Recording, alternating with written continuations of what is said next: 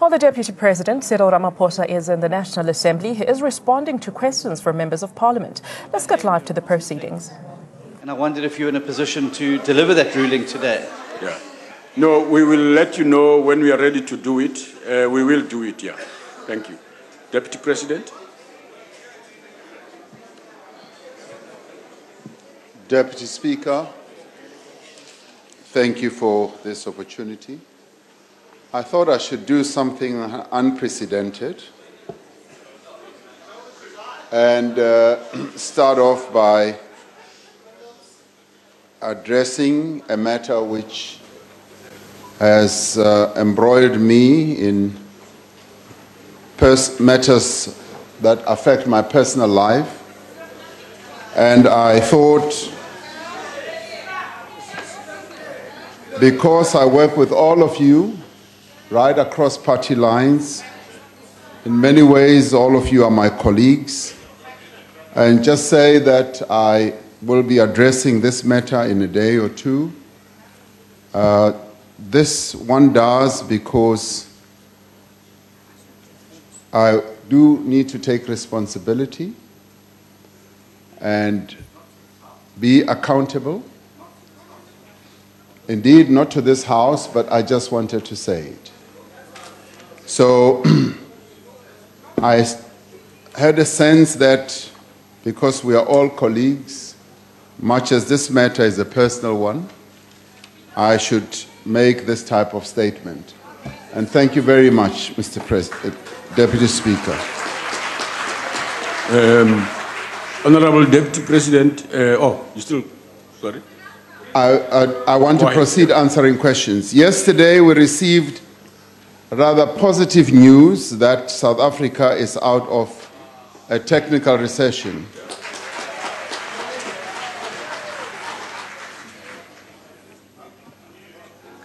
We have seen how multilateral organizations like the IMF, the World Bank, and the G20, and indeed many others that are part of the OECD stable, have been seeking to find answers for reforms in order to reverse global lack of growth and inequality. Many countries are having to deal with their own challenges of growth. Therefore, the news from our own statistician that our GDP had risen to 2.5 in the quarter was very encouraging indeed. But this is not the time to celebrate yet, for the task before us, Deputy Speaker, remains huge. We are far behind our NDP target of 5% growth per annum. The triple challenge of unemployment, poverty, and inequality remains. Our young people continue to be at the epicenter of the unemployment challenge, and poverty, as we have all heard, continues to rise. Like several sectors of the economy, mining still remains a priority sector.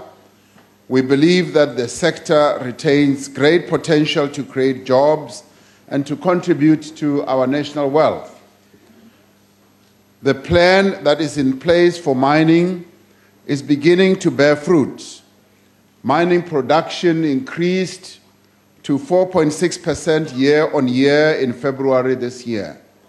Statistics South Africa recently reported that compared to previous years, job losses in the mining sector had slowed down substantially in the last quarter of 2016. 2017 employment numbers show that the mining sector is thus far making a positive contribution. As a demonstration of working together, government convened mining industry stakeholders in 2015 in a collaborative Operation Phakisa, which in itself is showing positive results. To substantially raise unemployment, or employment rather, we need to have more inclusive growth. We need to change also the structure of our economy and demonstrate that if we have startups and new entrants in our economy, we should be able to stimulate greater competition and therefore growth. We need more regional trade and better integration into global value chains. We need to work with all social partners to rebuild confidence and to stabilize our state-owned enterprises. These expectations are matched by our daily actions to reignite growth, such as we are doing in Invest South Africa, reducing red tape and the costs associated with starting new businesses is beginning to work. In unlocking our oceans economy, Operation Phakisa has, Deputy Speaker, unlocked investments estimated at 24.6 billion, with government contributing 15 billion to this. The Department of Trade and Industry is currently providing incentive support to the tune of 428 million for investment in ports, marine manufacturing, including boat building, aquaculture, and this has led to the creation of almost 7,000 jobs. We're working on several fronts, Deputy Speaker, to build confidence and productivity in our economy. In pursuit of stability, peace, and fairness in the workplace, we've been working with social partners to reduce the risks of prolonged and violent strikes. And this has borne fruit. The principles of the national minimum wage have been agreed, and we should be in time to introduce the national minimum wage on the 1st of May 2018. Through a collaborative effort, government and business have agreed to set up the Youth Service Employment Service, which will bring in up to 1 million young people into work opportunities where they'll be able to gain skills and be in internships. Now, these are just some of the highlights, Deputy Speaker, that shows that when government and social partners work together, they are able to improve the investment climate and create work opportunities for our people. We are fully aware that GDP growth is not enough unless the economy creates sustainable jobs and closes the inequality gap. It is important for all of us to focus on the positives. Our potential, Deputy Speaker, remains greater than our current difficulties, and it is up to all of us as South Africans to ensure that we stay the course of growth and development. It is upon all of us to demonstrate that we can infuse hope and opportunity within the South African marketplace, which will be to the benefit of our nation. Thank you very much. Thank you very much. Honorable members, please allow me to interrupt the Deputy President and the next in order to welcome a delegation from the Republic of Gambia, led by the Honorable Attorney General and the Minister of Justice, is in South Africa for a week-long study tour on the South African Truth and Reconciliation. Welcome to our Parliament, honorable members. Thank you. Honorable Fabs. Thank you, Deputy Speaker. And thank you, Deputy President, for your response there. It was very comprehensive. There are just one or two issues which I would like clarified. You have emphasized the need for a broad, overarching partnership with all sectors of society to effect more jobs, to actually implement, among other things, the mining plan, which also looked at stemming the retrenchment, creating new jobs, but perhaps most of all, your reference to the minimum wage, which has taken 2 years since the President mooted it in 2014. But perhaps the most important thing, Deputy President, as we've seen from the technical recession being overcome, is that you have managed to develop a platform on which all sectors of society can work together and overcome labor instability and what I would call investor strikes. My question then is this: in what measures do you think, or are you considering at the moment, to escalate, to accelerate the creation of employment, not only among the youth, which is a huge section of the population, but also among those 40 and 50-year-olds who were retrenched due to lack of strategic skills? Can you please share with us how or what measures you are considering at the moment in government? I thank you. Deputy President.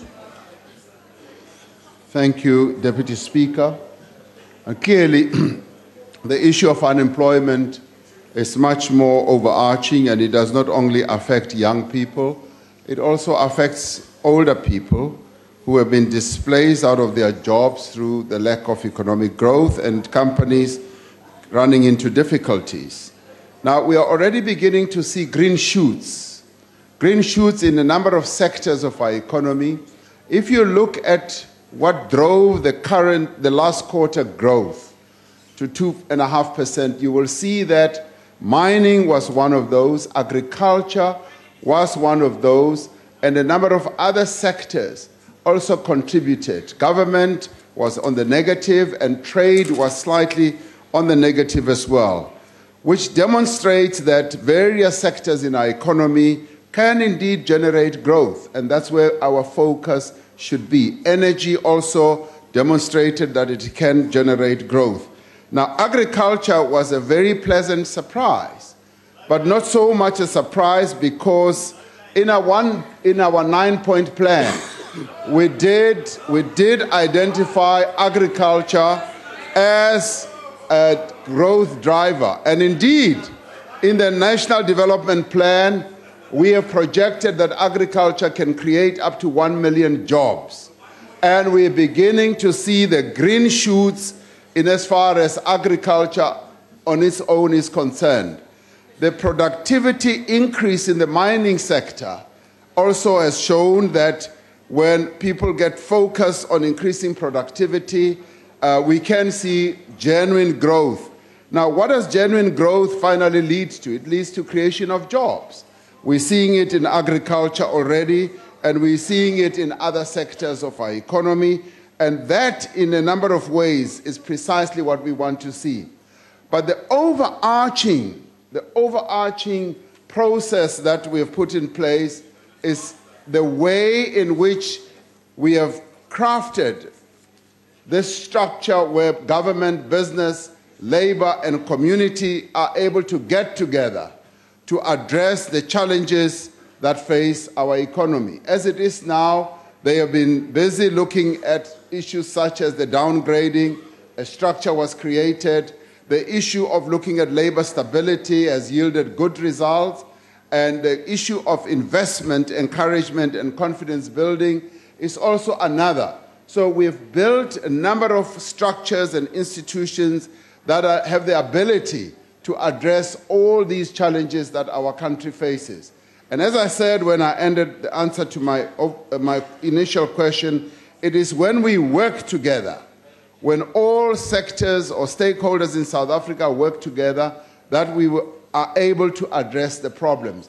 We are seeing precisely the benefit of working together, and I have no doubt in my mind that if we continue along this path, we'll see even the next quarters and the next quarter GDP growth figures going upwards. And thank you very much. Thank you. Honorable Matthys, EFF. Honorable Matthys of the EFF. Honorable members. Thank you, Deputy Speaker. Deputy President, job loss is the crisis of over-accumulation and capitalist contradiction we talk about. We all know that the capitalists cannot exploit other capitalists, but can only exploit workers. Pick and Pay is removing tellers to install machines. Marula Platinum and Twickenham Platinum mines retrenched workers and immediately put machines. This is happening in all other sectors, including in manufacturing and agriculture. This is not recent, but a long trend of capitalist system in perpetual crisis. In this anticipated environment, what's your question? Your time has expired. In this anticipated What's your question, Honourable Member? Here is my question. Listen to me. Honourable Member, your time has expired. Environment conducive your time has expired. We switch off your mic. With increased job creation, how do you intend? But I'm still. Honourable Member, no, your time has expired. Your time has expired. I'm sorry. Deputy Speaker. No, your time has expired. You must be consistent. Honourable Member, yes. No, the time allocated to supplementary questions is known to each one of you. Why are you so harsh? No. Why are you so harsh? No. There is no additional provision. Why are you so harsh? No, Honourable Member. You are 1 minute over your time. This can't be harsh. It must be applicable to all members. No, here. take your seat, Honourable Member. Not on my side only. You must do the same Deputy also President, on this side. would you like to comment? No, this Honourable Member, take your seat, please. Yeah, but the Deputy President has said me. No.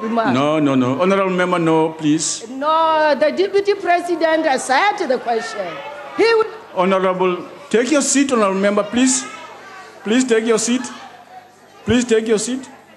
Go ahead, Honourable President, comment. Deputy President, thank you. Honourable Deputy Speaker, indeed the issue of job losses that are given rise to by technological advances where machines replace workers is a matter of concern to all of us. And this is an old age problem. We saw it as industrialization started speeding up. And in a number of sectors in our economy, we've seen how workers have lost jobs to machines or to new processes that are put in place. The challenge that all of us have, and particularly now as we face the fourth industrial revolution, is that indeed we are going to find robots replacing workers, and this is a global problem. We have to be ahead of the curve. We have, as a developing economy, to find ways in which we can keep our people in jobs.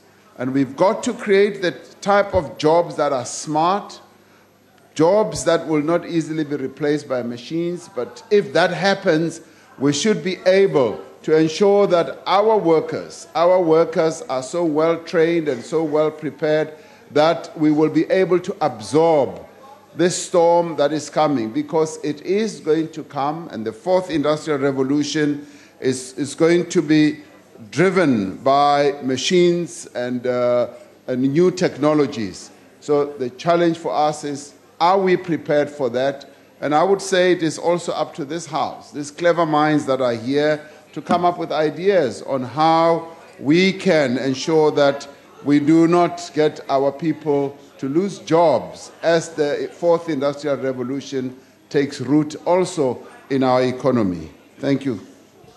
Honourable Kata.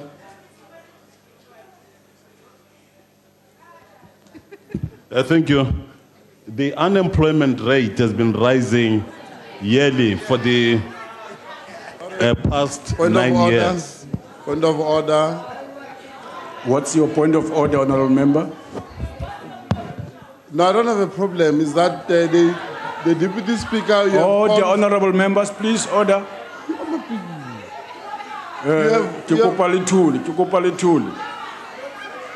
No, Honourable Members, I am chairing this session. Go ahead, Honourable Chauke. Honorable Chauke, stop smiling and talk. Deputy Speaker, you have called for Honorable Carter. Now, I don't know since when Honorable Carter is beard and is now changed to look like Madisha. Okay, Honorable Member, okay, leave that to the chair. Honorable Madisha, please proceed. Honorable members, please be in order. Thank you very much. I indicated already, Mr. Deputy President, that the unemployment rate has been rising yearly for the past 9 years. Now, Mr. Deputy President, neither the President's 9-point plan nor the Minister of Finance 14-point plan appear to provide a real solution for tangible and meaningful economic growth. What is required is fundamental structural reforms and confidence in the country's leadership. But the executive appears unwilling or unable to take decisive, brave, and coherent action, or Honorable Member, I'm afraid your time has expired. Honorable members, the time allocation is between your whips. I've got nothing to do with it. I only enforce it. So please, if you spend your time on comment and not going to a question, there's nothing I can do. You already have more than 30 seconds, sir. I can't give you any more. Let the President, Deputy President comment or respond to what you have already said. Thank you very much. Order, Speaker. What's your point of order, sir? Speaker, it's for the second time now. You refer to a Deputy President as President. Don't bring your factional battles here in Parliament. Oh. He's a Deputy President, not the President. You said it first time, you are saying it for the second time. Please, man, Deputy President, rise. Honorable Member, thank you very much for your wise advice. Honorable members, please be mindful of time allocation. I do want to repeat it. That I was not given an additional discretion to add a lot of time on your time. Room is very small. Honorable Deputy President, please go ahead. The little bit that I heard. Honorable members, you are now out of order. Absolutely out of order, and you must not bring disruption to our house. Just keep quiet, please. There's order here. Go ahead, Deputy President. The little bit that I heard before the question was posed seemed to be leading to one of the problems with the levels of unemployment, or what causes it is the structure of our economy. I think I heard that. And if that is the case, I would agree that yes, the structure of our economy does in a number of ways also give rise to the levels of unemployment, our inability to create the greater number of jobs that the country should have. And it is when we go to the root of these real systemic challenges and problems that we will be able to resolve the structure of our economy and therefore unlock growth. I've no doubt in my mind that if we were to do that, and already we are focusing on how we can restructure our economy and go to the root, that way we will be able to open up a number of opportunities that will lead to greater job creation. Thank you very much. Thank you. Honorable Lorima, last one. You can't hope to save mining jobs unless the mining industry has confidence in this government and its policies. Now, we know the industry does not have confidence in this government because it's taking your government to court over Mining Charter 3. So, Deputy President, do you acknowledge that Mining Charter 3 is a barrier to the restoration of confidence? And if you do, why don't you scrap it? Honorable Deputy President.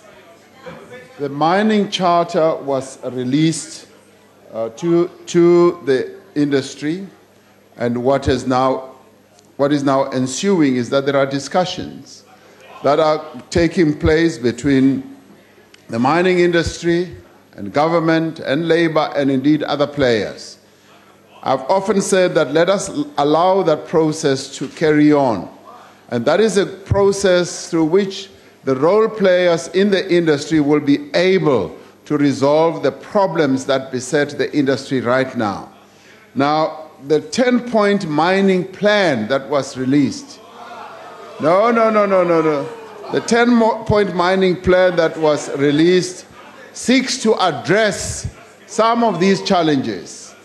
And addressing the mining charter is also going to allow the stakeholders to be able to talk to each other. I was one of those who said, I want us to encourage a collaboration and a dialogue between all stakeholders in the mining industry. And I said that advisedly because I saw what dialogue yields when we were able to sit down to discuss issues of labor stability in the broader economy. So you may not have faith and confidence in people sitting around a table and having a dialogue, but some of us do, because we have seen the results of what dialogue can do. And so it is now underway, and it's no use crying over spilt milk. We now need to focus on the dialogue that is now going to happen. And that dialogue is the one that you should focus on and have confidence that it will yield good results. Thank you very much. Thank you. Honorable members, we go to question 32, asked by Honorable DJ Menir. Deputy President. Honorable Deputy Speaker, as I said in this House 2 weeks ago, in 2015, President Zuma announced the reprioritization of government interventions to support, am I doing the right way? Yes, to support economic growth. Yes, indeed, you guessed right, through the 9-point plan. In 2017, Deputy Speaker, our implementation of the 9-point plan continues, and it continues to create a better life and indeed a better economy for our country. And I'll tell you how it is doing so. In the course of revitalizing the agriculture and agro-processing value chain, we have seen net exports of agricultural raw products. We've seen them increasing from on average by 14.6% since 2012. 23 agri-parks, Honorable Deputy Speaker, are currently being developed and will be completed by 2019. Through the implementation of the Industrial Policy Action Plan, 4 industrial parks have been launched in South Africa. We continue to see expansion in the auto sectors of our economy, with auto-making companies investing billions and billions of rands. In May of this year, Beijing Auto Works, together with the IDC, launched the expansion of the New Era facility in Springs in Gauteng. The investment into this expansion is estimated at 250 million rand and will create 100 new jobs. The MAN plant in Olifantsfontein in Gauteng is now producing buses for our Tshwane BRT service with 80% local content. The first auto works of China invested 600 million in a truck assembly facility at Kucha in the Eastern Cape. The clothing and textile industry turnaround has resulted in 70,000 jobs being saved, with an estimated 9,550 jobs created and 28 new companies that were established. The Black Industrialist Program has supported 46 projects that have attracted 3.7 billion rand of private sector investment, and this has created almost 20,000 jobs. To support localization, Deputy Speaker, 21 products and sectors have been designated for local production. This includes products such as bus bodies, clothing, textile, leather, footwear, school furniture, office furniture, steel power pylons, and canned or processed vegetables. Our interventions, Deputy Speaker, to support investment and growth through the 9-point plan includes unlocking the potential of SMMEs, co-ops, and rural and township enterprises by implementing the 30% set-aside policy that was adopted by this government. The one-stop shop launched in 2016 is now fully operational. You can go and visit. President Zuma will, on the 8th of September, this Friday, he will launch the first Invest South Africa one-stop shop here in Cape Town. This facility, Deputy Speaker, aims to provide strategic guidance, reduce regulatory inefficiencies, and reduce red tape for all investors looking to invest in the Western Cape. Now, these are some of the problems that a number of members raised here. And this is a clear demonstration that we have heard you, and we've also heard our people and the investing community, and these problems are now being resolved. And you can go and join President Zuma when he opens that facility and see how best it's going to work. This initiative aims to improve the business environment for investment in the local economy. Our work at NEDLAC in reducing workplace conflict has resulted in the agreement that I always talk about here. And we are constantly, Deputy Speaker, planting seeds of future growth. And we are extremely encouraged by the green shoots that we steadily see in various sectors of our economy. Our greatest investment, Deputy Speaker, is not cash. Our greatest investment is confidence.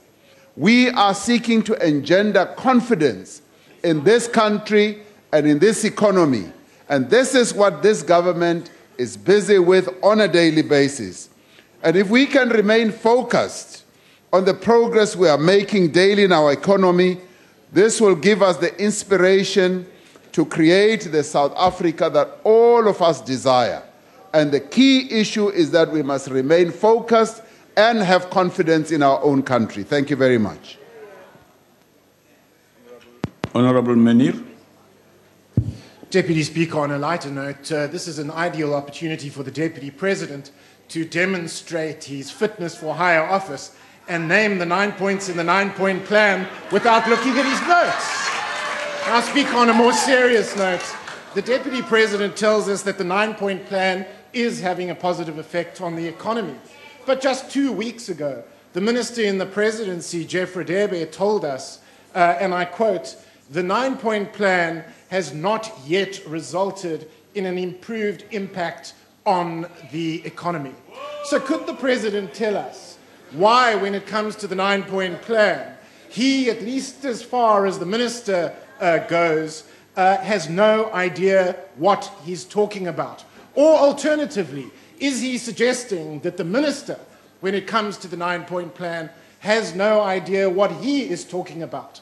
Perhaps, Deputy Speaker, a time out so that the Deputy President can confer with his colleagues and this Cabinet can get their story straight on the 9-point plan. Deputy President. No need to get our story right. Now, the 9-point plan, no, listen, the 9-point plan, like any other plan we craft, is a long-term plan. It's long-term. And let me tell you what the 9-point plan, no, listen first. You listen now. The 9-point plan contained 9 elements. The first one, listen. The first one was to resolve the energy challenges that our country was going through. Tick that one. Take that box, Honorable Member. That has worked extremely well. The energy challenges that the country faced are behind us now. Now, the GDP figures that have just come out have demonstrated that the 9-point plan is working.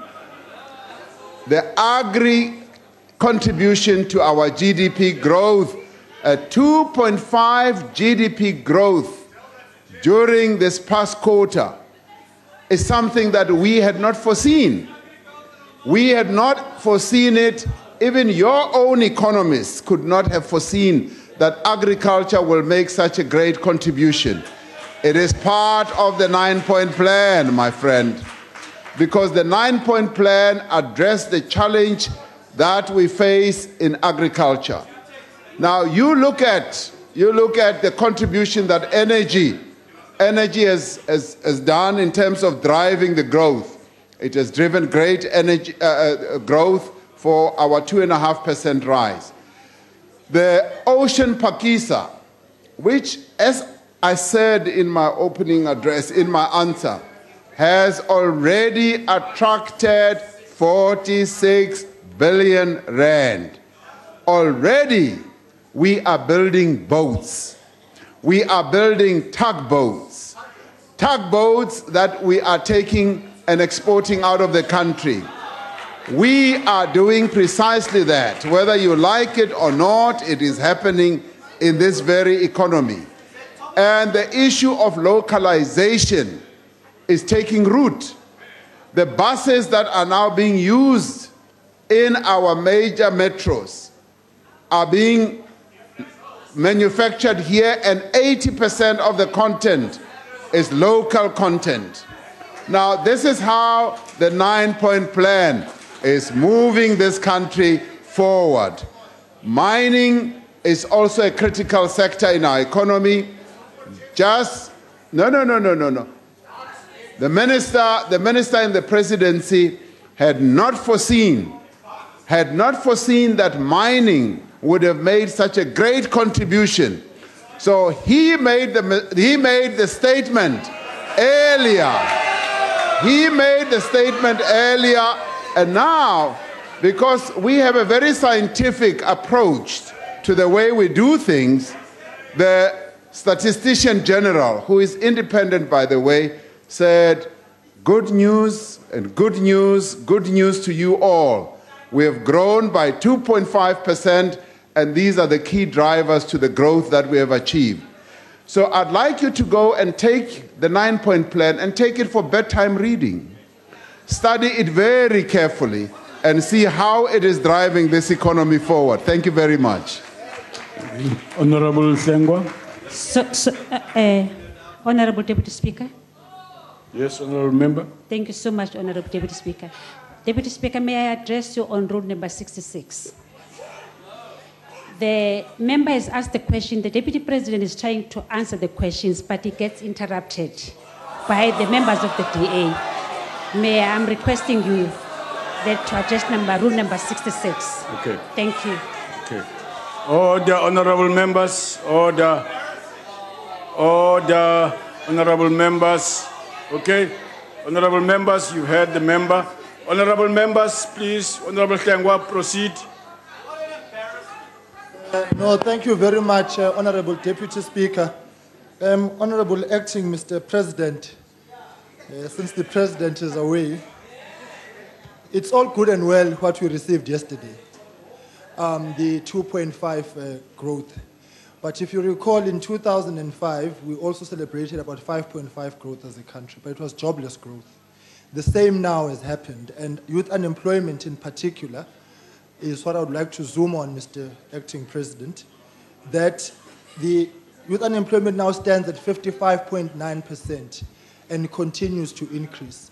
So whilst you speak about the 9-point plan, I would like to find out what are the targeted areas in the 9-point plan which deal specifically with ensuring that youth unemployment is addressed, particularly along the lines of innovation, skills development, knowledge and expertise, and whether business incubation is taking center stage as we try and give SMMEs a priority in the economy. Honorable Member, so if we your can time is sharpen expired. on youth unemployment within the parameters of the Honorable 9-point Sengwa, plan. Thank you, Deputy Speaker. Time is expired. Honorable Deputy President.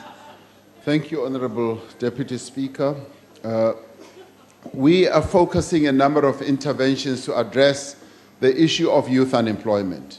The first and key one that we decided to focus on is a collaboration between business and government and labor, where we are setting up the Youth Employment Service.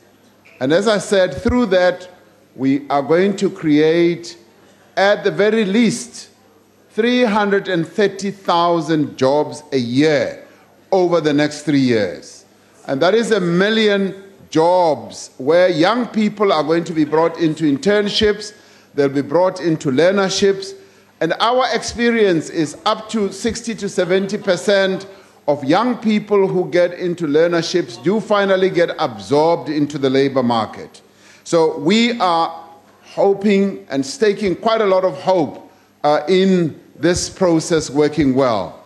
The agro-processing process or initiative that we've embarked upon in terms of the 9-point plan is going also to focus on how we bring young people into agriculture, how we are going to equip them with skills, and how we are going to attract them to become employed in agriculture, but to start off with agricultural studies. Now, we are seeing something very interesting at the university level and at TVET colleges level. A number of young people are taking up agricultural studies.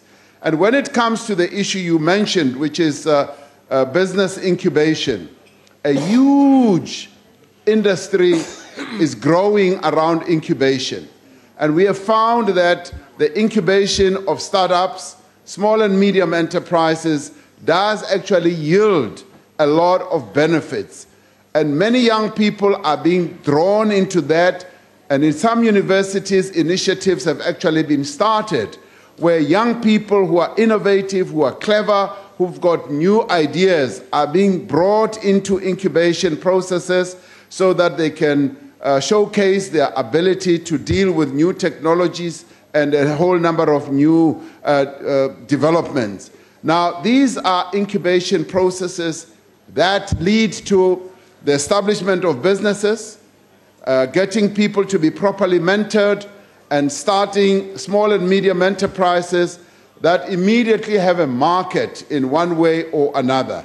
And the many other things that we are doing in terms of this plan are targeting young people, because we have decided that we want to focus on bringing young people into the world of work so that we can take as many of them as possible out of unemployment into employment.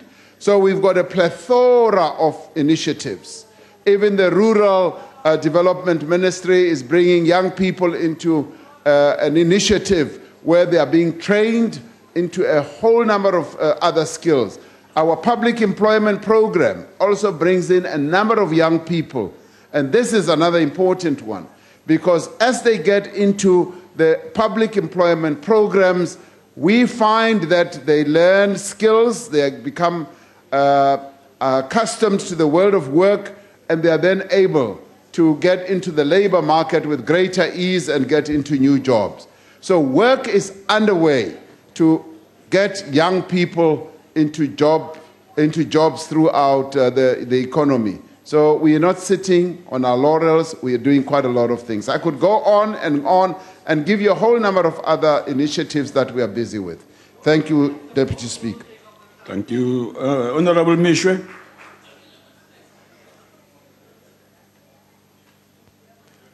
Thank you, Deputy Speaker. When delivering his State of the Nation address in February this year, the President lamented the fact that the economy was not growing fast enough to create much-needed jobs. Among other things, he mentioned transport infrastructure as one of the cross-cutting focus areas that would be added to the 9-point plan to reignite the economy. There are companies we know that are suffering profit decline because of Metro Rail's poor service. Some are reportedly operating at 50% capacity as a result of the erratic rail service. When trains are late, staff arrive late for work, resulting in the loss of essential working hours and consequently declining profit margins. What will government do to ensure that South Africans get an efficient and reliable training system that will ensure that our workforce reaches their place of employment safely and on time, thus ensuring profitability and a boost to our failing economy? Thank you. Deputy President. You'll be pleased to know, Honorable Monsieur, On a point that... of order, Deputy Speaker, sorry. Yes. Future President. Yes, ma'am. I'm just concerned, the Honorable Batabile is drinking some greenish substance, Deputy Speaker. So is that allowed? I just want to check with you.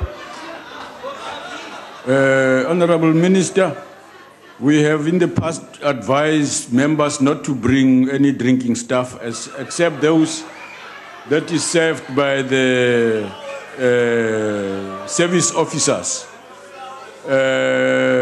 Honorable members, please do not do that. Okay. But you must ask her to live with that greenish substance because we don't know what is in there.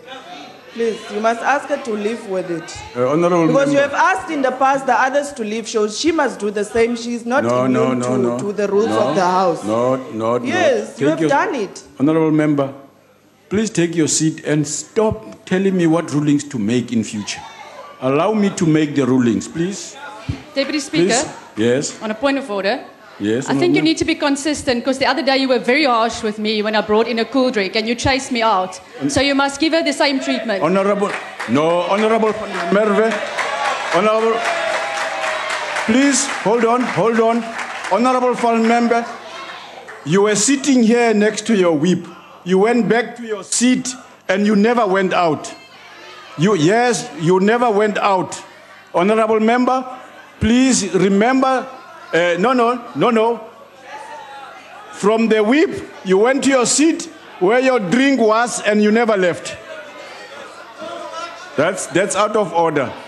Honorable members, please mind the truth. It's always useful to be accurate and so on. Even if you think it's not to your advantage, say it.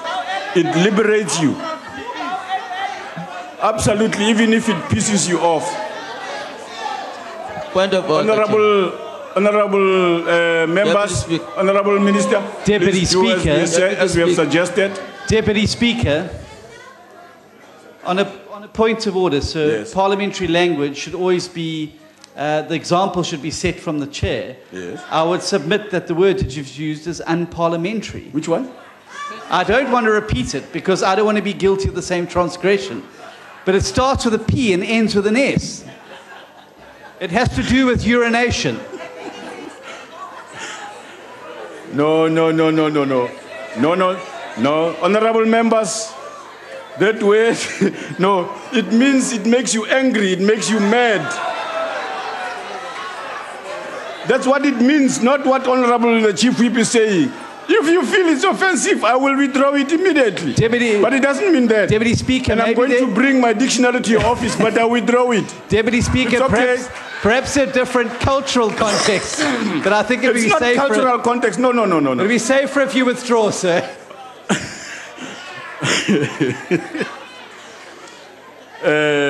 Honorable Deputy President, please go ahead.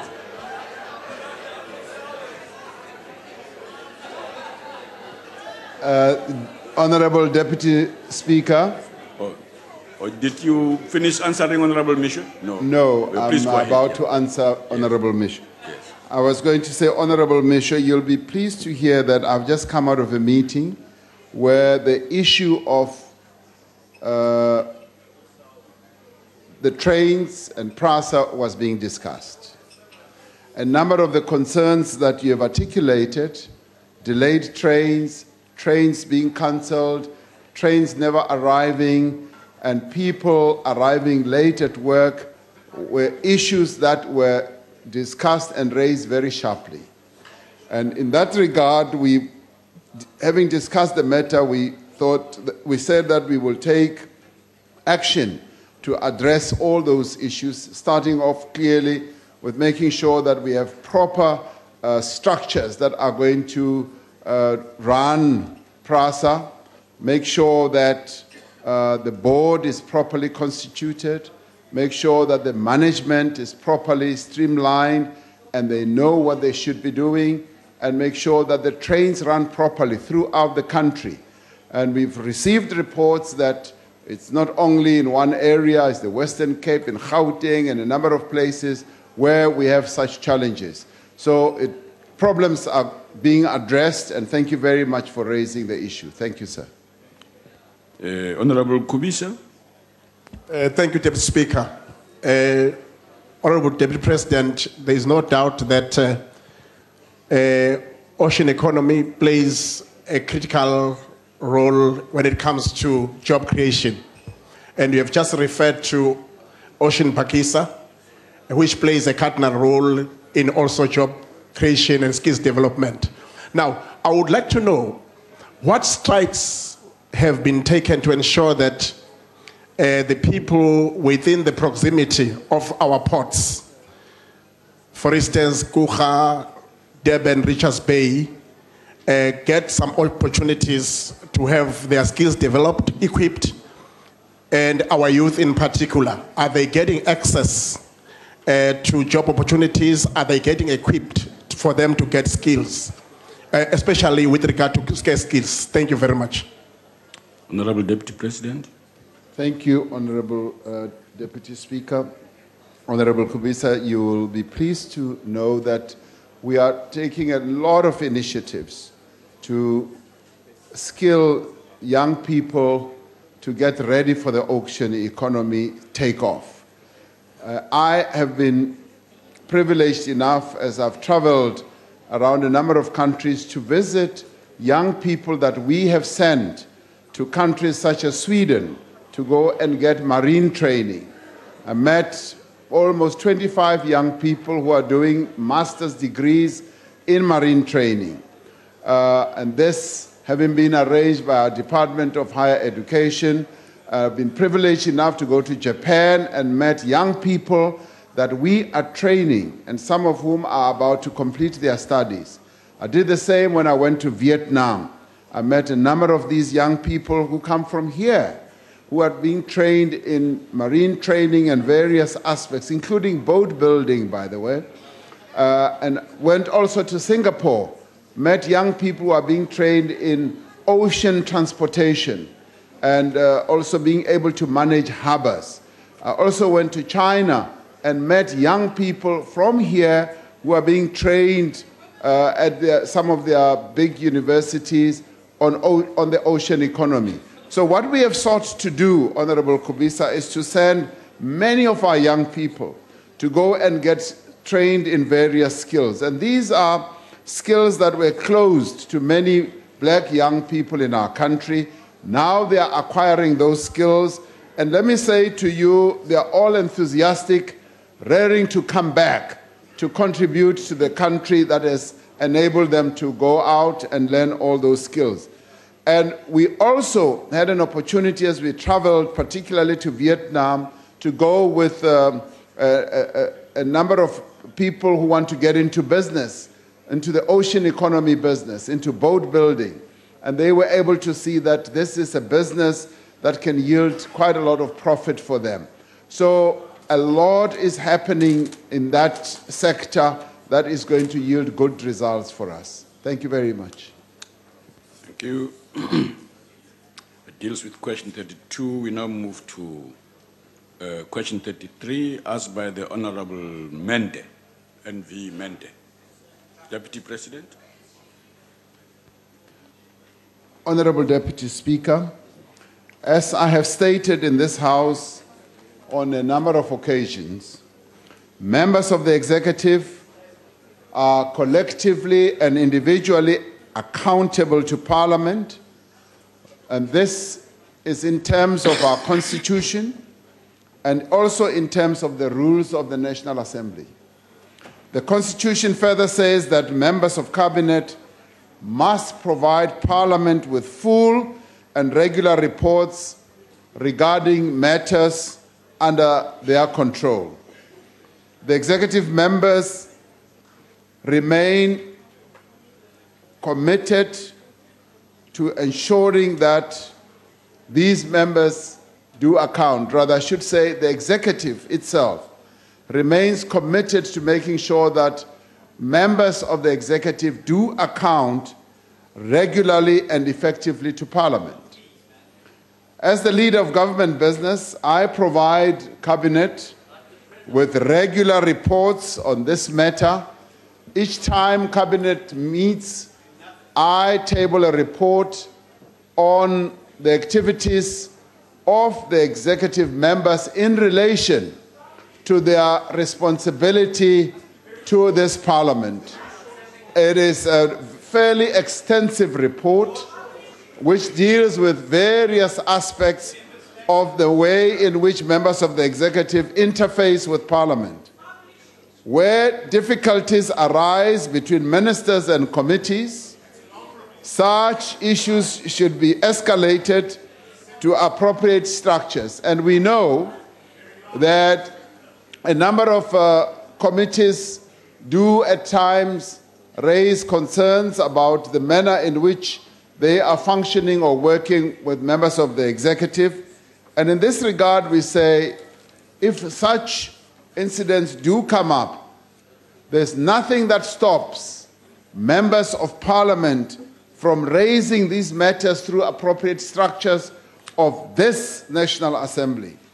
In fact, this House has full rights and authority to sanction members. It has the right to call members to come here.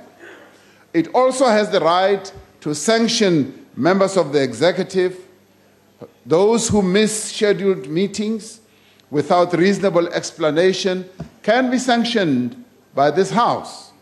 Such powers do not reside with the leader of government business. And this is so because it is this House that can also sanction the leader of government business. If, as your Deputy President, I do falter in my tasks and don't account to you, you can sanction me. It is my wish that the Executive and Parliament will maintain the good track record we have established, and that disputes will be resolved with the ultimate objective of ensuring that there is accountability, first and foremost, and that this Parliament functions as we want it to function. Thank you very much. Thank you. Honorable Mente, yeah. Yeah, Ngosi, Deputy Speaker. Deputy President, you've said a mouthful, and yet we remain with empty chairs, especially here in the front where your ministers are supposed to be seated.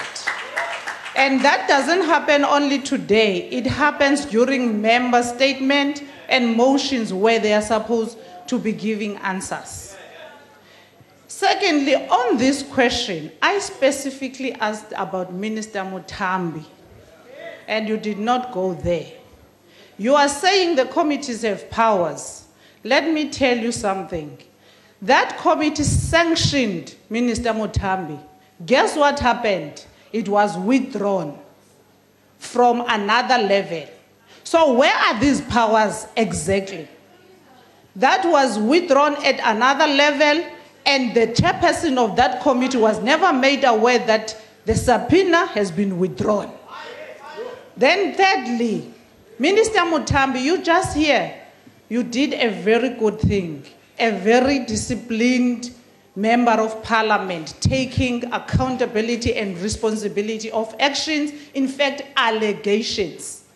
She never came here to explain why she's flying her own family. She never came here to explain why she's hiring her own family in the department. She has never accounted for anything, and yet she remains a member of the cabinet. Why is that? Honorable Deputy President.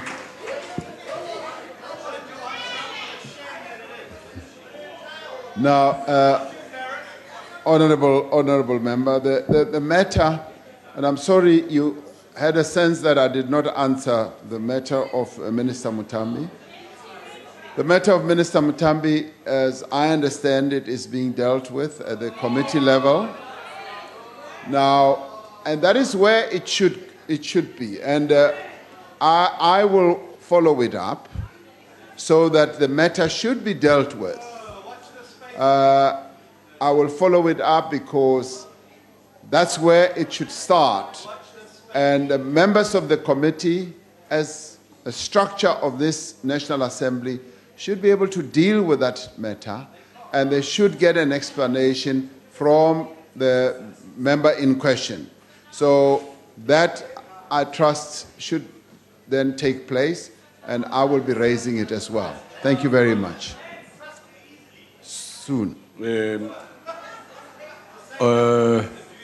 Honorable Tlawama.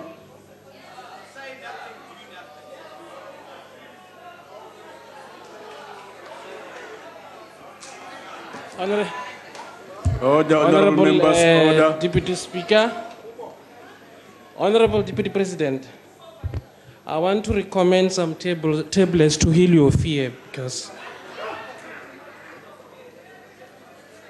Honorable Deputy President, you must agree with me that it's truly mysterious and suspicious that Minister Faith Mutambi is still a minister, where good ministers were fired. This latest shenanigans of this minister shows that you are undermined as a leader of business government. Can you show some courage and recommend that this minister must be fired? Otherwise, Deputy President, this will contaminate you and the chances of you being the leader of this country.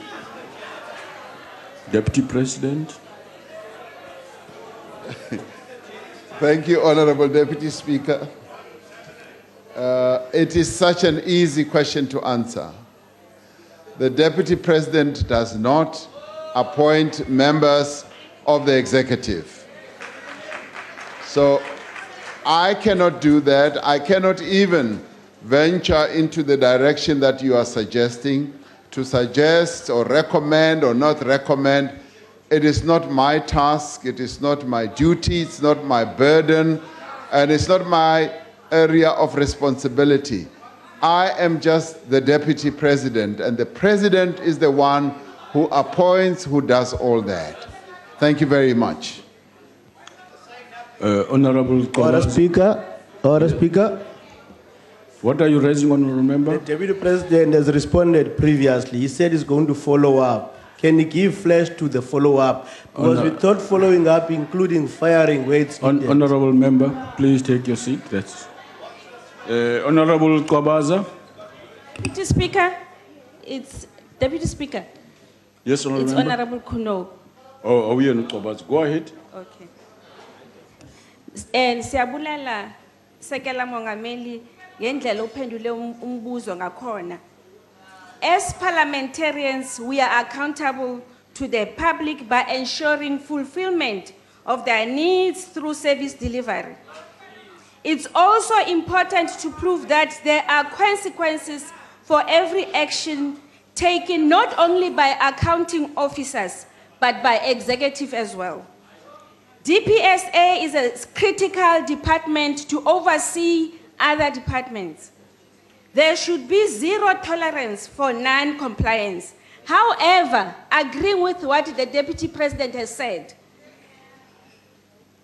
as Parliament, we have, the Portfolio Committee has a responsibility to play their role. Let us leave this process No, and honorable let members, it be please. discussed by the Portfolio Committee. But however, Deputy President, my Member, question is that I'm afraid your time has how are expired. you, as the leader of government business, making sure that the resolutions of Honorable this members. House are implemented? Honorable members, please stop screaming. That's the job of the chair in the House. Don't do that. Deputy President, no. Don't tell me that. You're out of order. In the first place, that's really stretching it now. Don't think about that, please. Deputy President? Deputy Speaker, there was such a noise, I actually did not hear the last tail of what she was asking. Because they don't want to hear that. Repeat that question. Question is that as the leader of government business, Point of order. how is he making sure that the resolution taken by Deputy the 1 Speaker. minute has expired in Deputy government? Speaker. Deputy Speaker. Honorable members, please. No, you the can't. 1 minute has Honorable expired. members. Why do you allow her to speak? Honorable members. Her time has expired, Chief. Honorable members. Honorable members. Deputy Speaker. You did Honorable not members. give our member the opportunity to repeat the question. Honorable because members. of time. Honorable members. And we are awarding that member a second Honorable members.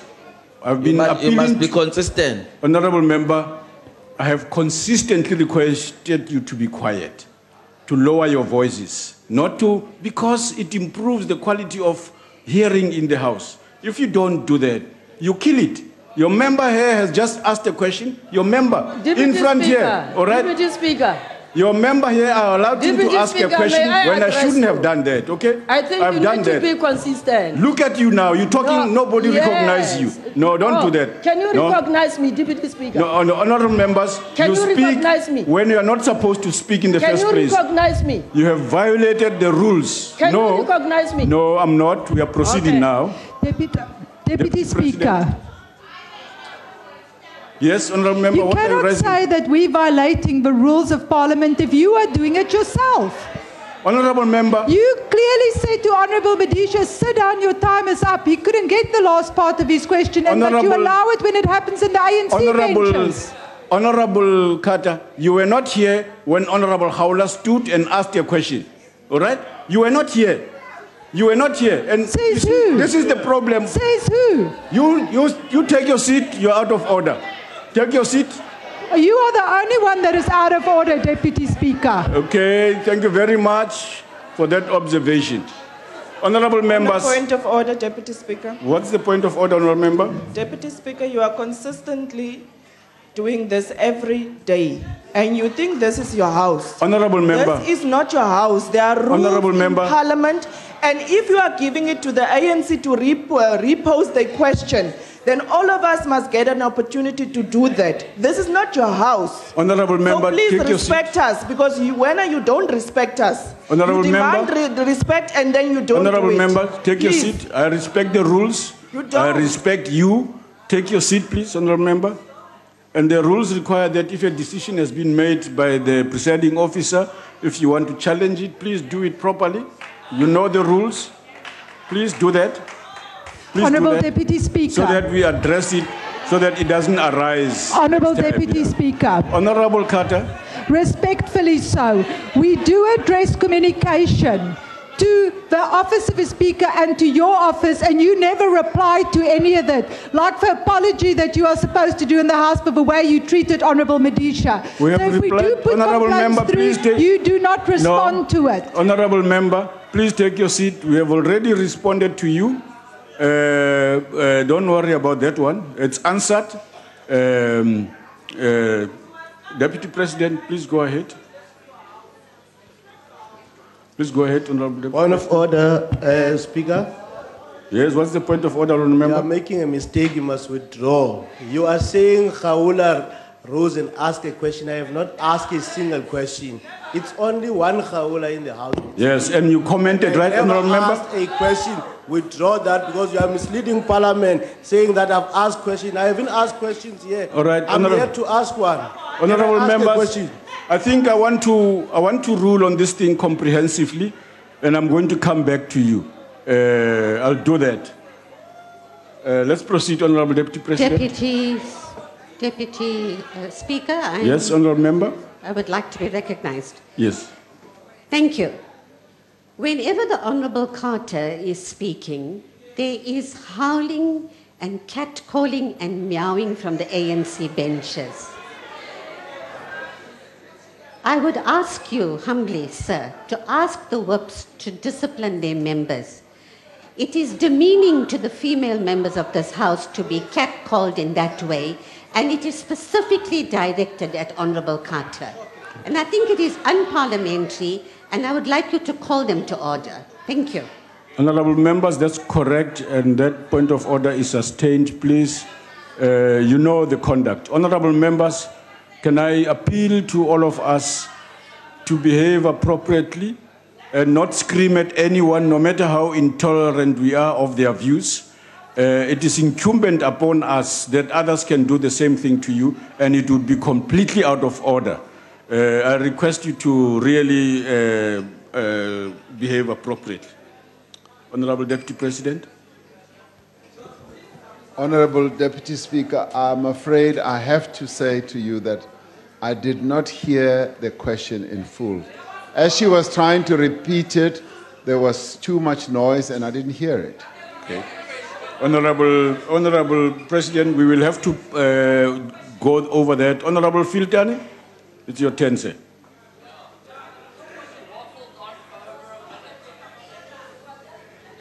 Thank you, Honorable Chair. Good afternoon, Mr. Deputy Honorable President. Waters, Honorable Deputy Chief Whip. Please, man, you see, heckling, it's not a bad idea. But when you repeat what you called unparliamentary comments across the floor, we can't but hear it from where we are sitting. So I plead with you not to do that, please. And let's not do that. Deputy Speaker, it's amazing you hear me say it, but no one from the ANC. No. Maybe you need a hearing aid in your right ear. Honorable members, please, let's not do that. It's inappropriate. Two wrongs don't make a right. Two wrongs don't make a right. Honorable Waters, I've spoken to you. Can you stop? Honorable Waters, please. Honorable Waters. Honorable member, I have spoken to you, please. Honorable member, stop talking. Honorable Fitan, go ahead, ask your question. Thank you, Honorable Chair. From the mixed responses you have given to this answer, it is clear now why so many ministers are not brought to book when they fail to discharge their duties. You say it's the president's function and authority to fire, which is the extreme end. And you say it is none of your business to bring them to book. But earlier you said that you will attend to this matter.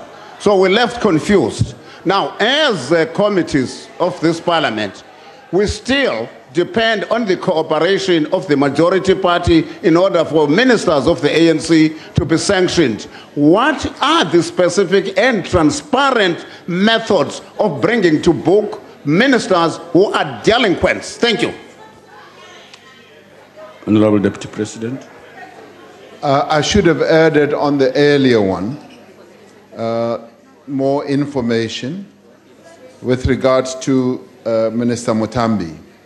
My information is that her matter is before the Portfolio Committee, and that Portfolio Committee, the chairperson of that Portfolio Committee was elected this morning. Now, that is the information I have. Now, the Portfolio Committee itself must deal with this matter and deal with all the issues related to Minister Mutambi.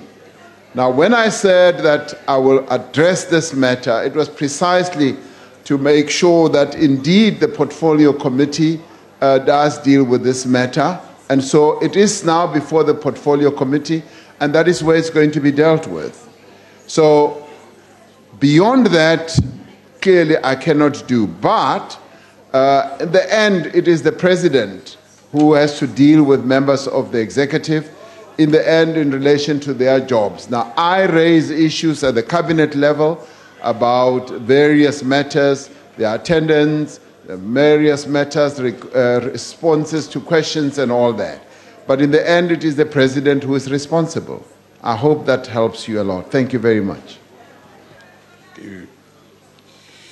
Honourable members, we move to the next question asked by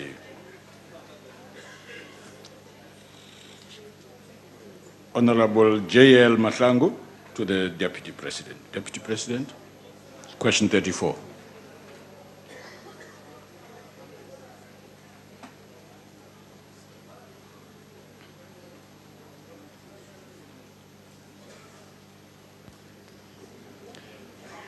Honorable Deputy Speaker, the Constitutional Assembly process represented what I would call a unique moment in the history of our nation.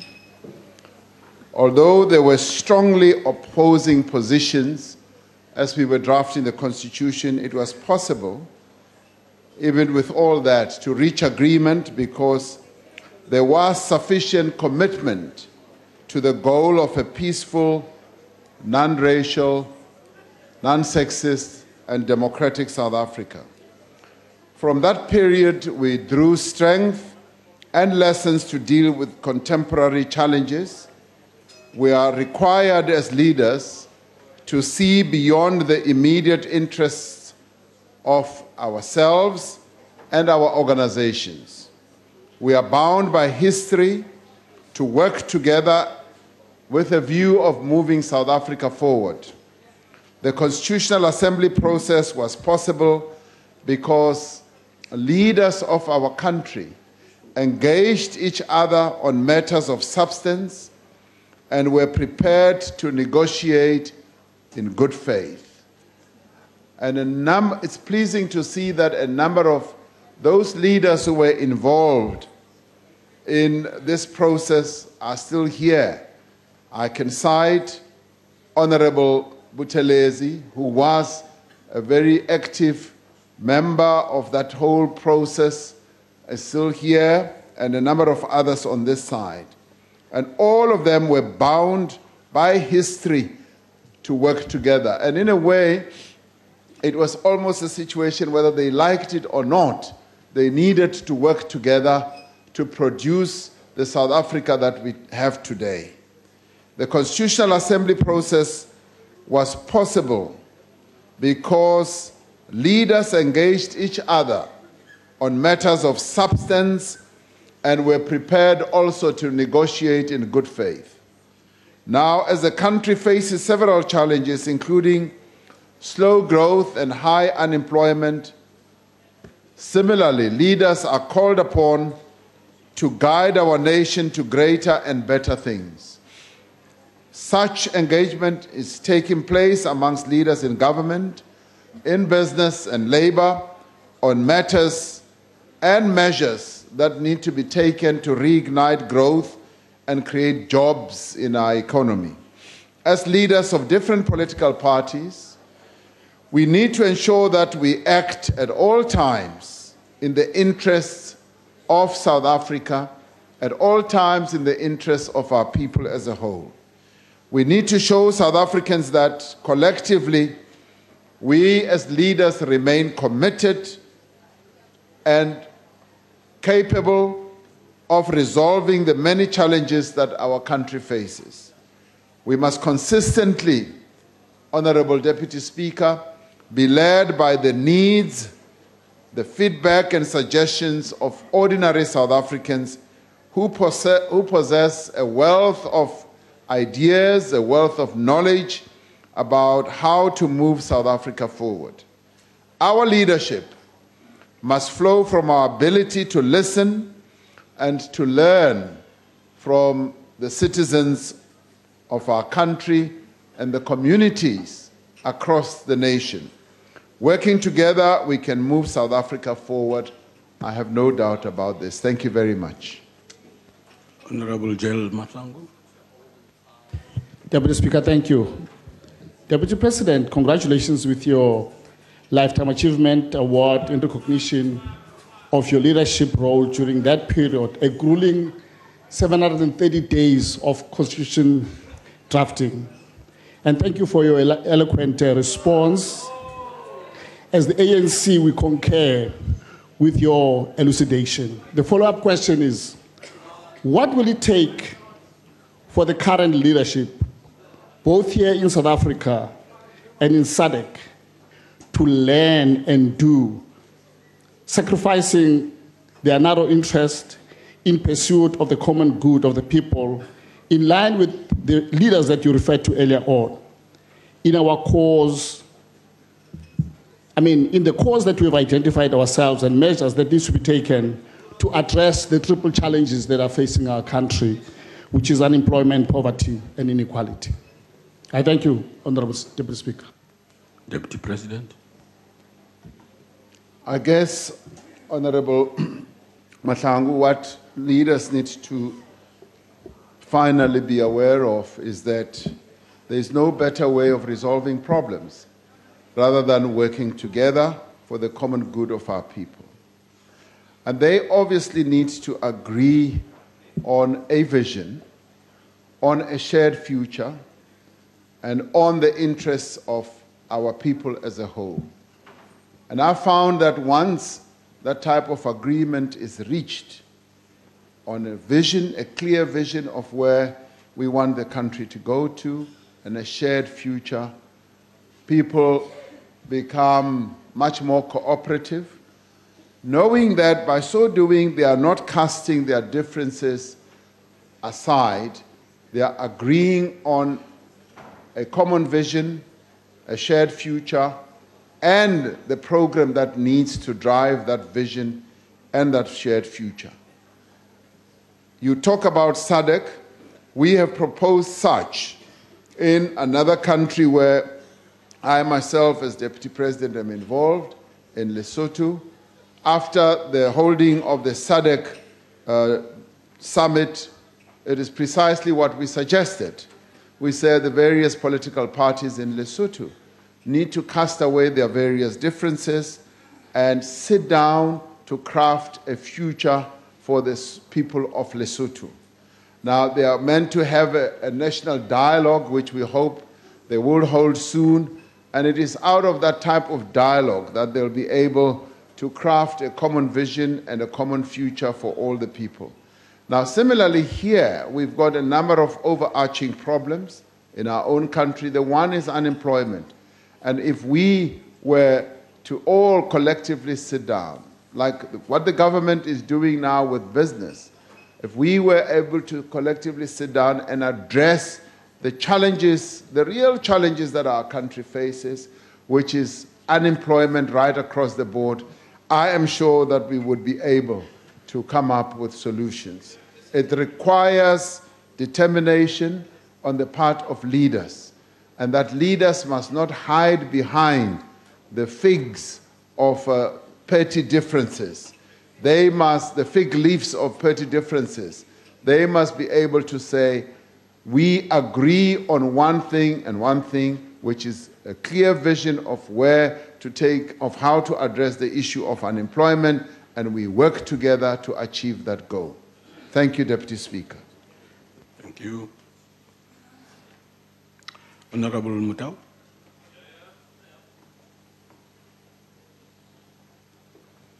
Thank you, Deputy Speaker. Deputy President, I think we need to bring this subject closer to home. You, as leader of government business, have from time to time been assuring this House that members of the executive will be in this House when we have sessions like this. Even today, in your presence, look around you. During the last few days, there hasn't been anybody. The question is very simple. It is a failure of leadership on your part. Now, the question for me that is very, very important is that if you are not able to whip these members into line now, how are you going to be able to do it if you become the president of this country? Deputy President. Deputy Speaker, maybe what I should have brought is really, rather than,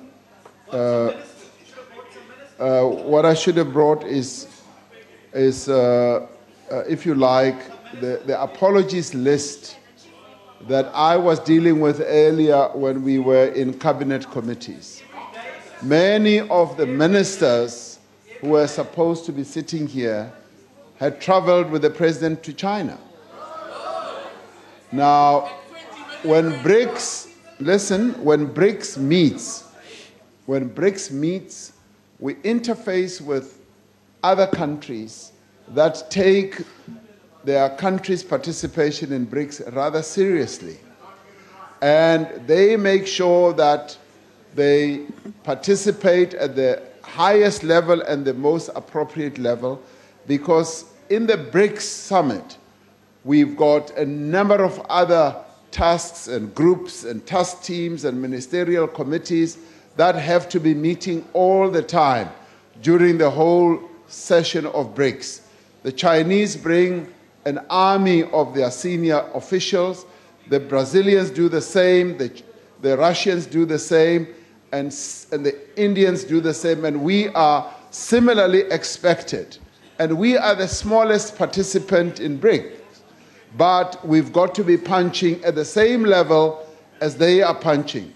And so when you see members of the executive absent here, many of them, and I can name almost each one who's not here, that they have been in BRICS processes, in BRICS sessions, in BRICS ministerial committees doing a lot of things. So on a day like this, I'd like you to be kind. To be kind to the executive, knowing that this time round they've been traveling with the president to BRICS. The president arrived this morning, but many of them are still traveling because they've had to come on commercial flights. So they are on the way, and please be kind and accept their apology. Thank you very much. Honourable Deputy Speaker. Yes, Honourable Member. Deputy Speaker, on a point of privilege. The Deputy President knows full well that members of the Parliament, members of the Cabinet, according to this document, are accountable to this House. They're not accountable to BRICS. How on earth are they prioritising BRICS over this House? Honourable. On a point of order, Honourable Deputy Speaker. Yes, what's the point of order? Honourable Deputy Speaker. Yes. The DA asked a question to the DP, and he responded. Yes. What more do they want from him? Okay. He responded to your questions. Just keep quiet and listen. Honourable members, please. Honourable members, please. It would be very easy to keep quiet and listen if there were decent answers. There are no decent answers. He sounds more like Mr. Zuma every day. Honourable Steenhuisen, I didn't recognize you. Please, let us not go there. Honourable Singh, go ahead. Thank you, Deputy Speaker. Honourable Deputy President, congratulations on a coveted award. Quite coincidentally, just the other day, I found a 20-year-old copy of Reader's Digest, July 1997. And in it was an article with a very young-looking Deputy President on Countdown to the Constitution, South Africa's second miracle. I'll share it with you a little later, where the miracle came about. But, Honourable Deputy President, those were the days of principled leadership, like you spoke about, unity of vision across the multi-party spectrum, and a royal road lay ahead for the people and economic future of South Africa. Today, we do not see that. What are you doing, Honourable Deputy President, as leader of government business and as an example of principled leadership to ensure that government is purged of its current leadership crisis, which seems dominated by some who are only concerned in furthering their own self-serving interests? Thank you. Deputy President. In everything that we do as leaders, and indeed as leaders of government, we should be guided by our Constitution. Our Constitution embodies the values that we want to guide us in everything we do. It has crafted a clear vision for our country, and if any one of us takes the trouble to read the preamble to our Constitution and read that wonderful poetry that is pregnant with so much promise, a clear vision of where we want to take this country, that is where we should start. And it is this Constitution that should be heralding us forward and making sure that we achieve our objectives. Will we falter along the way? Yes, it is possible that we will falter along the way. But the important thing is, will we be able to correct our ways? Having fallen, having faltered, and if we make mistakes, can we correct those mistakes? And I would say that is how we should be judged. And that is how the leadership, not only on this side, should be judged, but the leadership that sits in this House collectively. Because we've got a very well-crafted Constitution that sits as the lodestar, and that should guide our behavior, all of us collectively. So that is the real litmus test that we should use. And thank you very much for raising the matter. Yeah. Honourable Mngcwabe. Thank you, Deputy Speaker. Honourable Deputy President, our Constitution is a result of a compromise. We normally say that. which was a necessity in that time to avoid the possibility of a civil war. However, many people today are increasingly critical of this compromise and refer to it as a sellout in favor of the white people, especially when it comes to the land question. Could the Deputy President please comment on this trend? Thank you. Honorable Deputy President. Our Constitution was crafted at a certain point in time in the history of our country, and those who crafted the Constitution took the trouble and the time to weigh up the balance of forces that existed at the time, but also to focus on what our people wanted. Our people wanted freedom. Our people wanted stability, and our people wanted to shed the yoke of oppression and exploitation. And in doing so, we had to weigh up our own strengths and the strengths of, as we called them, the enemy at the time, and agreed collectively that that moment in history gave all of us an opportunity to make a breakthrough, to separate ourselves from a horrible past, which was apartheid. Did it mean that we had achieved everything that we had struggled for over the years? The answer is no. But it gave us a breakthrough. It gave us an opportunity which we could utilize to win further gains. And I'd like to believe that in the 23 years of our freedom, we have been able to utilize the opportunity that that breakthrough gave us. Have we made missteps along the way? I must say, yes, we have. Because no one, no organization is ever perfect. Are we trying to address those missteps?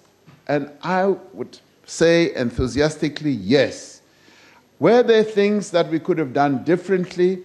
The answer is yes. There are many things that we could have changed immediately, and we took our time, and because the leadership, and some of them are sitting here, wanted to build a nation.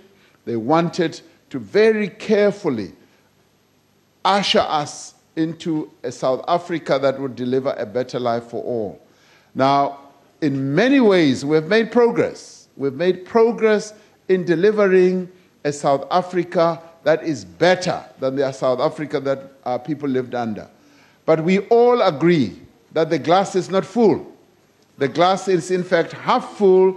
And what we are seeking to do now is to try to improve the lives of our people using the platform that we have. We've built a very good platform. We've built a very good system which can enable us to move forward. Now, the real call for all of us is, can we all work together to move South Africa forward?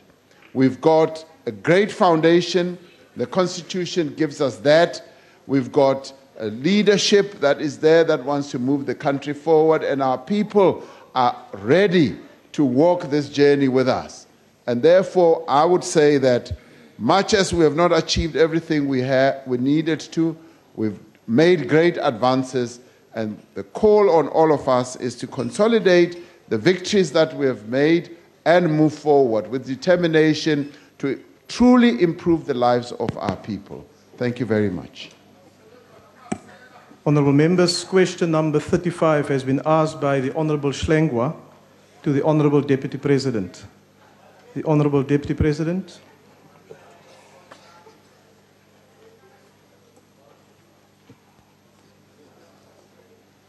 Honourable House Chair, the decision to grant Mrs. Grace Mugabe diplomatic immunity was taken by the Minister of International Relations and Cooperation, Honorable Maite Nkwana Mashabane. She has indicated that she did so in terms of Section 7.2 of the Diplomatic Immunities and Privileges Act, a piece of legislation that the Minister administers. The Minister has sent correspondence to the Speaker of this House in this regard, And I understand that the relevant portfolio committee is now seized with this matter. Furthermore, both the Order, honourable members. Order, honourable members. Both the Democratic Alliance and AfriForum have approached our courts to review this decision, which they are entitled to in every way possible. I trust that this House, through the Portfolio Committee process and taking into account the court's proceedings that are currently underway, will deal with the matter on whether or not the minister's decision was appropriate. This is a difficult case in the light of the complexities of balancing diplomatic conventions as well as protocols against the imperatives of natural justice. Where violence against women and children is concerned, the authorities must exercise their duties in line with the applicable law and in the furtherance of the goal to end this scourge, whomever may be affected. So all I would say on this matter, House Chair, is that there are two processes that are underway.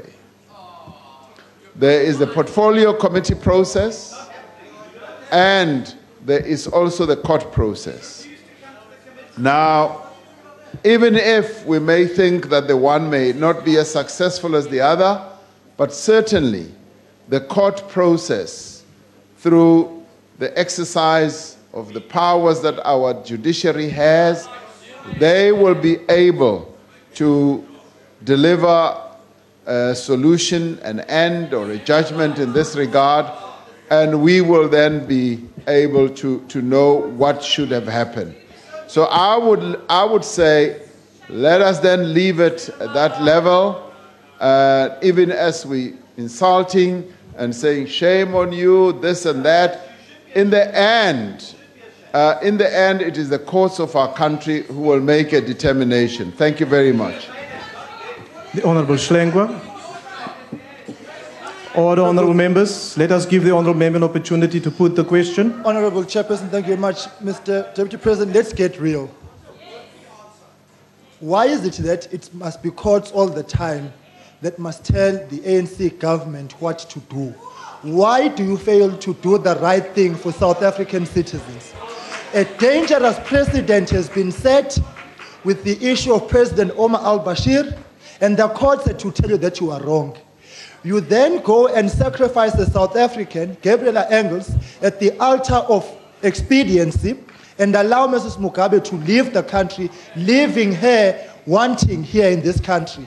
When will you put South Africans first? You have sacrificed human rights. The Dalai Lama was refused a visa because you said you are protecting diplomatic relations. When is it that the ANC government will take the side of that which is right when dealing with the issues of diplomacy? We cannot possibly, Honourable Deputy President, have a situation where a South African is left helpless because there is power on the other side of Mrs. Mugabe. So whilst we wait for the courts, I would like to hear your views. Do you think it is correct what happened? And provide the necessary leadership so that you can actually be a glimmer of hope that there is somebody in the ANC benches who actually believes in human rights, because this current prevailing situation is not in the interest of our constitution and most certainly does no justice for Gabriela Engels. Thank you. The Honourable Deputy President. Honourable Hlengwa, we do believe in human rights, and we do believe in their exercise. And you'll also remember that it was this side of the House that as early as 1912 that believed that South Africa should be a country that has human rights. And throughout the years, you can go and study the Freedom Charter, the African Claims, and all the other documents ready to govern. You'll find that this side of the House has always been strong on the issue of human rights. Now, on this matter, the minister the minister has taken a decision. Now, the very good thing is that we have a constitution that has a separation of powers, where we have the executive and where we have the legislature and the judiciary. And where the executive makes mistakes, takes certain decisions, we have a system that has checks and balances. And what we should now allow, with this decision having been taken, is to allow the courts of our country, who are the arbiters and are able to resolve disputes between various components of government. And it is not a situation where we are running to the courts all the time for assistance. This is a case in point, and as I said to you, this is a difficult one, and we would like the court to rule on it. And I would like the court indeed to rule as quickly as possible on this matter so that we know precisely how the executive should behave in future. So I await that, and if you like, I would say we welcome the fact that the matter has been taken to court.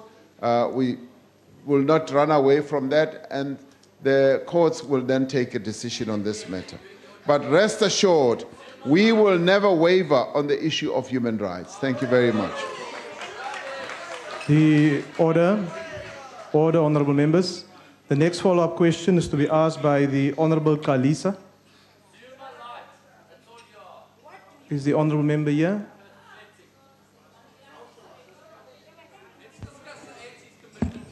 House Chair. Are you taking the follow-up on Yes. behalf of the member? More often than not, when the Deputy President is found wanting on moral questions, such as human rights question, common and often regular offenders such as Zuma and them appears to be born-again Christians, almost close to sainthood.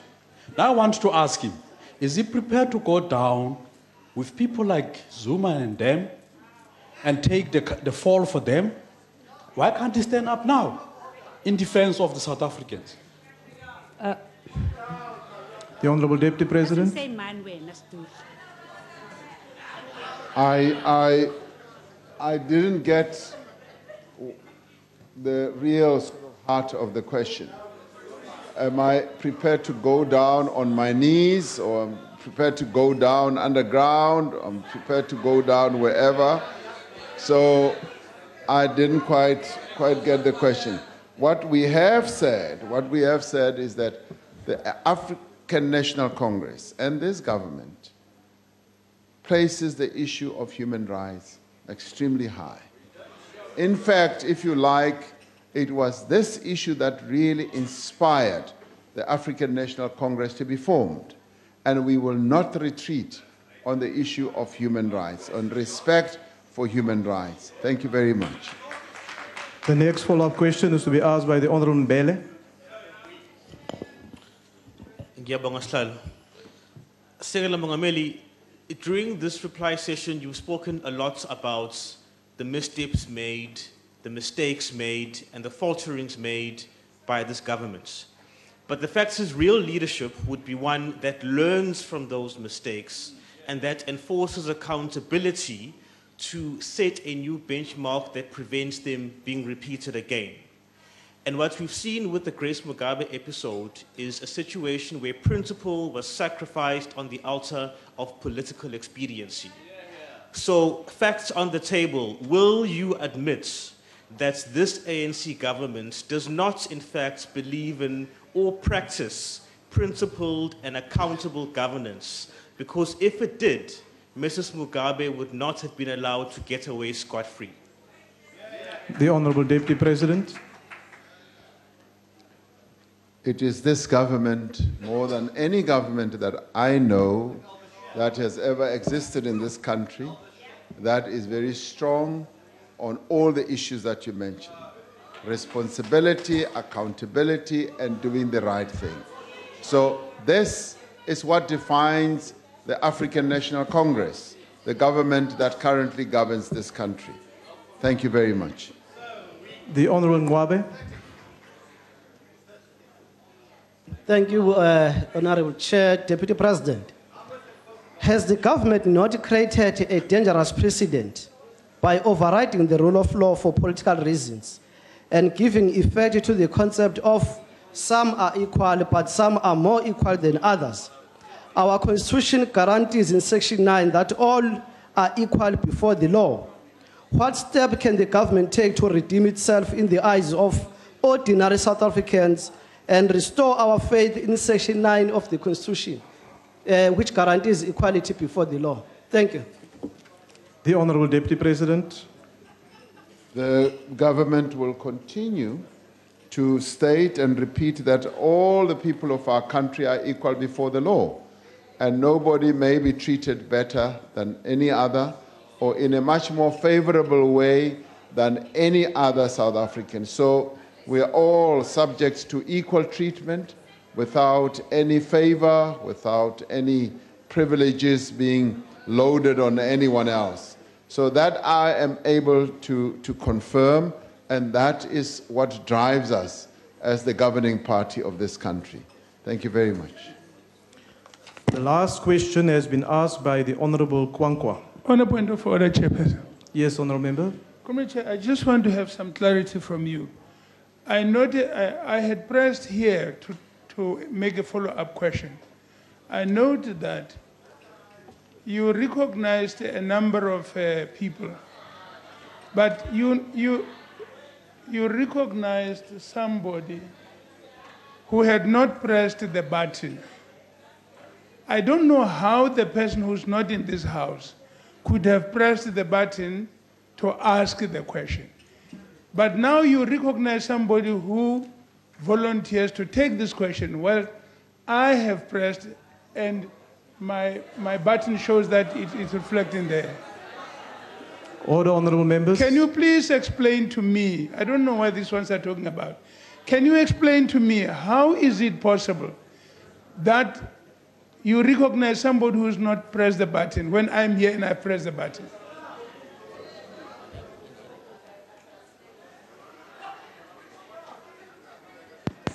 Yes, Honorable Member, just to clarify the matter, your name did appear on the screen, but there were 12 requests for follow-up questions, and your name was number 8 on that list.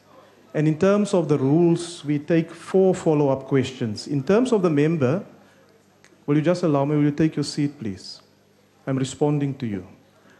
In terms of the follow-up question that was asked, the name of the honorable member of the EFF, who is not in the House, appeared. And then thereafter was the name of the member who eventually took that follow-up question, and that's why I allowed that member to take that follow-up question. However, the point that you raise is that members must continuously be reminded that if they request a follow-up question, that they do press their own buttons. And unless that is done, we will not recognize them. However, in this instance, that honorable member Matthias's name did appear on the list that we had in front of us. And that's why I allowed him. May I follow up on that question, Chair? Yes. Oh, please. I didn't arrive here. You're not doing me a favor. So just continue, honorable member. Can they give me a chance, please, to Order, speak? honorable members. Order.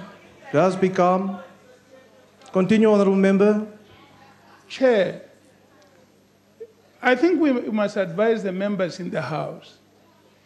If somebody who is not a person presses a button, that is fraudulent behavior. No, it's fraudulent behavior. It is fraudulent behavior, which is a crime at law. And we can't make the law, this House, we can't make the law in this House and break it in this House. No, make it here and break it on the street. No, thank you, honorable member. Your point is noted. However, as I say, that the name of that honorable member who eventually took that follow-up question was on the list of 12 names that was in front of us. And that's why we allowed it. Chairperson, could I please just ask you on a point of clarity? No, on terms of which rule? I've dealt with your leader who raised the point of order. I understand that. I just want to know What more do you want to know? For you as the presiding officer, do you work on the format that the names appear, like number 1, 2, 3, 4, 5 at push the button and you take the first? Or do you work it on your prerogative to decide which of the 8 names or 12 names are selected? As just on a point of clarity. No, we take the names as they appear on the screen. And then by also allowing that we have a good spread of participation from the different members. For instance, if COPE had, for instance, 15 members in the House, which they don't have, and all 15 names appear from COPE, then we will just give one member of COPE the opportunity to ask the question. That is to ensure that we have broad participation in the House. I think that settles the matter now. Okay, Chair, it actually doesn't. That opens it up. If I can No, Honourable Member, I've addressed the matter. Question Will number you take 2. your seat now, please? The Congress of the People was first on Honourable the list. Member, Question take 3, your we were seat. first on the list, but we were never given an opportunity. Honourable Member, we've exhausted this point. Please take your seat. Thank you. I've been informed that... Point of order, Chair. Order, Honourable Members. Point of order, please. In terms of what rule are you raising, Honourable Member? I shall explain. Point of order. No, Honourable Member. There's no such a rule as explain a point of order. That which has been raised here. Why are you rising? The Deputy Speaker there, when we were supposed to speak, simply instructed our person to say, whether you like it or not, I shall decide. It's me that decides. Are you doing the same Honourable thing? Member, we are now delaying the question. Those are live visuals coming from Parliament. Deputy President Cyril Ramaphosa is in the National Assembly responding to questions from members of Parliament. He touched on issues from job creation, economic growth, especially in the mining sector. Of course, issues to do with his personal life that he said he will be able to respond to his colleagues in the National Assembly in the next 2 days. The proceedings continue after this very short break. You're watching ANN7 Newsroom. Do stay with us. We're back at the top of the hour.